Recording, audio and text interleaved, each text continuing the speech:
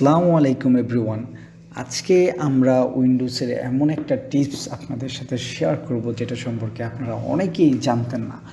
আমরা যখন দুইটা ওয়েবসাইটে একসাথে কাজ করতে চাই তখন এই ঝামেলাটায় পড়ি। তো আমরা দুইটা ওয়েবসাইট ওপেন করে নিই। আমি প্রথমটাতে ইউটিউব ওপেন করে নিলাম এবং দ্বিতীয়টাতে যদি আমরা আরেকটা যে কোনো একটা ওয়েবসাইট ওপেন করে নেব।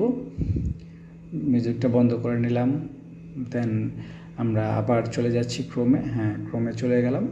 এখন আমরা সুরক্ষা অ্যাপটা ওপেন করে নিলাম। এখন দুই পাশে রাখতেছি।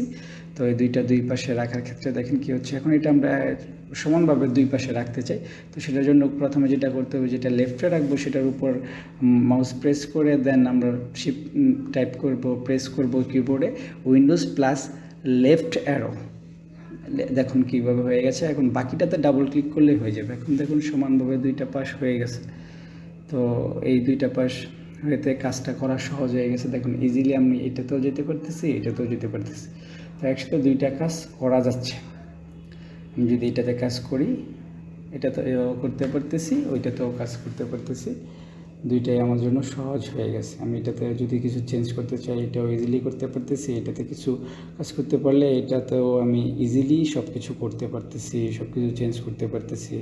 আপনারা যেরকমটা স্ক্রিনে দেখতে পারতেছেন, দেখুন এখানে আমি আবার চেঞ্জ করতে পারতেছি। তো এটা খুব সহজ হয়ে গেল আপনাদের জন্য।